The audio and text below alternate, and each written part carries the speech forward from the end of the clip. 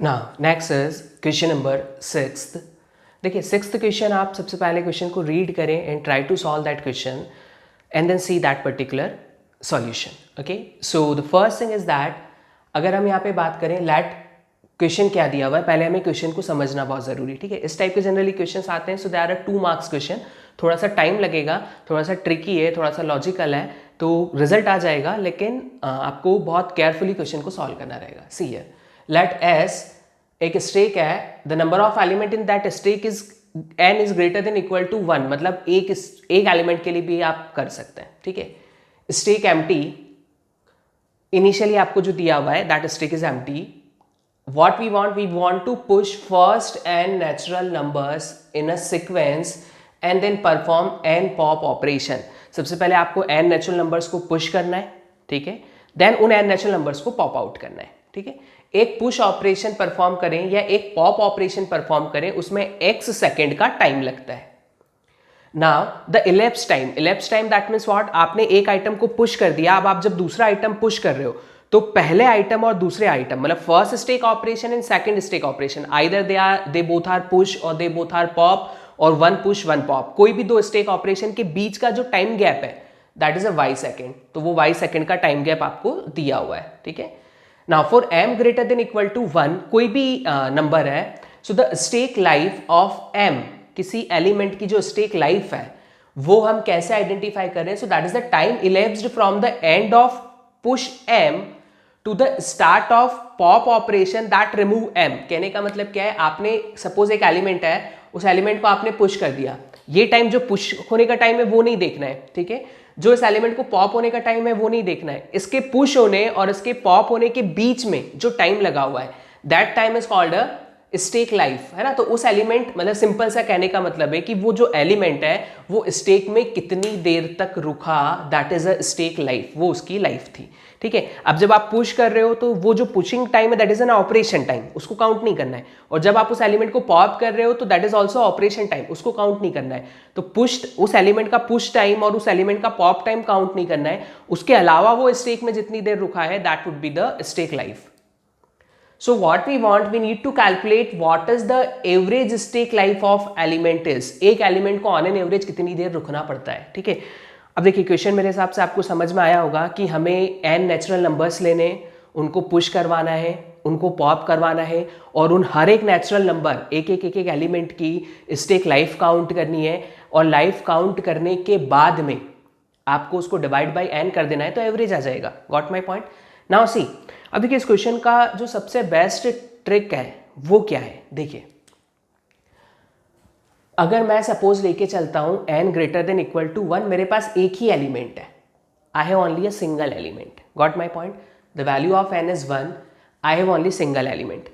मैंने इस एलिमेंट को पुश किया, ठीक है, पुश करने में मुझे x टाइम लगेगा, लेकिन ये स्टेक लाइफ में काउंट नहीं होगा। फिर मुझे इस एलिमेंट को पॉप करना है, पॉप करने में भी x टाइम लगेगा, लेकिन ये लाइफ में काउंट नहीं होगा। सो हमने जब 1 को पुश किया और उसके बाद जब हम 1 को पॉप कर रहे हैं, तो उस पुश और पॉप के बीच का जो गैप है वो कितना है, that is a y second, वो y सेकेंड है, और ये y सेकेंड ही इस एलिमेंट 1 की क्या होगी, लाइफ होगी। जब एलिमेंट एक है, उस एक एलिमेंट को कितना टाइम लग रहा है, कितने टाइम तक वो स्टेक में है, only for y second, y second के लिए वो स्टेक में है। Got my point? So n equal to 1 put करने पे कौन y दे रहा है, ये निकाल लो। क्या ये देगा, ये x प्लस वाई देगा। क्या ये देगा, ये फिक्स है। ये देगा, यस ये देगा। ये देगा, नहीं देगा। That would be your answer. So that is the simple trick जो डायरेक्टली आप क्या कर सकते हैं, रिजल्ट आइडेंटिफाई कर सकते हैं। आपको within, we can say that within 30 second आप इस क्वेश्चन को सॉल्व कर सकते हैं। ठीक है, अदरवाइज अगर हमें इसको हम देखते हैं और एलिमेंट्स के लिए भी, क्या ऑप्शन सी करेक्ट होता है, नहीं होता। हालांकि अगर आपको ये ट्रिक समझ में आ गया तो क्वेश्चन यहीं पे स्टॉप हो जाता है, इसके आगे सॉल्व करने की जरूरत पड़ती ही नहीं है। ठीक है, चलिए स्टिल मैं क्या करता हूँ, यहाँ पे इसको n इक्वल टू 4 के लिए लेके देखता हूँ। अब देखिए, आप एक चीज और ये हमेशा ध्यान रखिए, आपको n की ऐसी वैल्यू पुट करनी है जिससे ये चारों ऑप्शंस डिफरेंट रिजल्ट दे। अब आप कोई n की ऐसी वैल्यू चूज ना कर लीजिएगा जिससे एक से ज्यादा रिजल्ट से सेम, एक से ज्यादा ऑप्शन से सेम रिजल्ट आ रहा हो। लाइक अगर मैं n इक्वल टू 3 पुट करता तो 3 में क्या होता, that would B 3x plus 3y minus x, तो ये हो जाता आपका 3y प्लस 2x, तो b और c दोनों सेम हो जाते हैं। फिर आप वैल्यू पुट कर लेते, सॉल्व कर लेते, बाद में आंसर सेम आता और आपको लगता है यार बी से भी आ रहा है, सी से भी आ रहा है। फिर आप क्या करते हैं, आप ऑप्शन चेंज करते, वैल्यू चेंज करते हैं, एन की वैल्यू चेंज करते और फिर सॉल्व करते।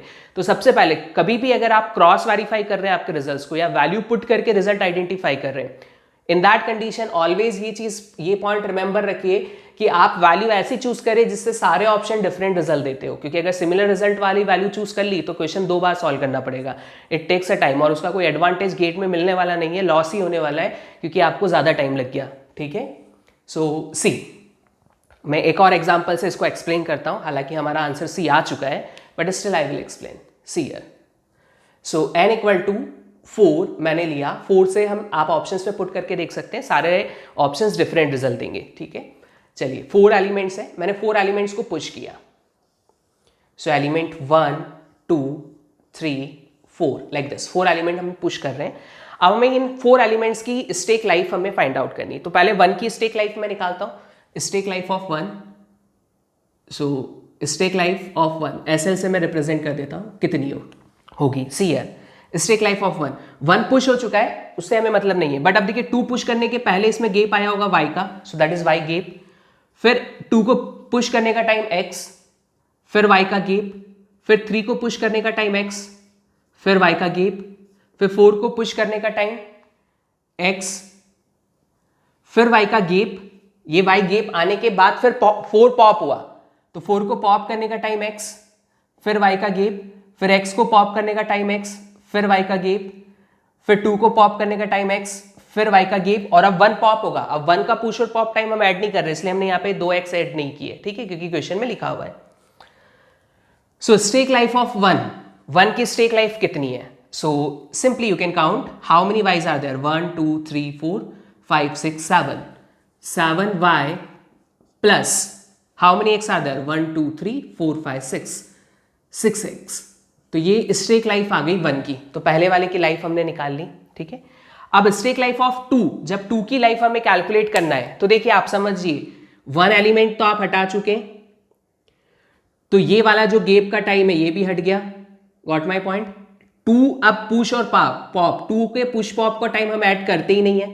ठीक है, तो स्टेक लाइफ अगर हमें 2 की फाइंड आउट करनी है तो 2 तो पुश हो गया, उसके बाद फिर y का गैप, फिर 3 पुश, फिर y का गैप, 4 पुश, y का गैप, 4 पॉप, फिर y का गैप, 3 पॉप, फिर y gap and then this pop. तो ये कितना हो गया, 1 2 3 4 5। So stack life of element 2 is 5y plus 4x। Okay, अगर आपको 3 की लाइफ देखनी है तो 3 की लाइफ के लिए आपको सिर्फ इनका एडिशन करना है। ठीक है, क्योंकि ये तो इसके बिलो वैल्यूज हैं, इनको काउंट हम नहीं करेंगे। सो 3 की life 1 2 3 3y plus 2x, stack life of element 3। Now stack life of element 4, तो देखिए 4 क्या हुआ था, 4 पुश हुआ था और फिर 4 पॉप हुआ था, तो 4 के पुश और पॉप टाइम को ऐड नहीं करेंगे, लेकिन उन दोनों के बीच का जो गैप है वो कितना बचा, y, सिर्फ ये टाइम। देखिए फिर ये दोनों टाइम को हटा दिया, तो सिर्फ टाइम कौन सा बचा, y। सो y, इन सारे टाइम का एडिशन कर लीजिए, 7y plus 6x plus 5y plus 4x plus 3y plus 2x plus y, divide कर दीजिए किससे, 4 से। कर दिया आपने divide. Now what would be the result? So simply you can identify your result as, add करके 4 से डिवाइड करें तो जो रिजल्ट आएगा आपका that is 4y plus 3x, और ये जो है ये कौन से ऑप्शन से मिल रहा है, is again from option number C. So that would be the way to solve such type of questions. Okay.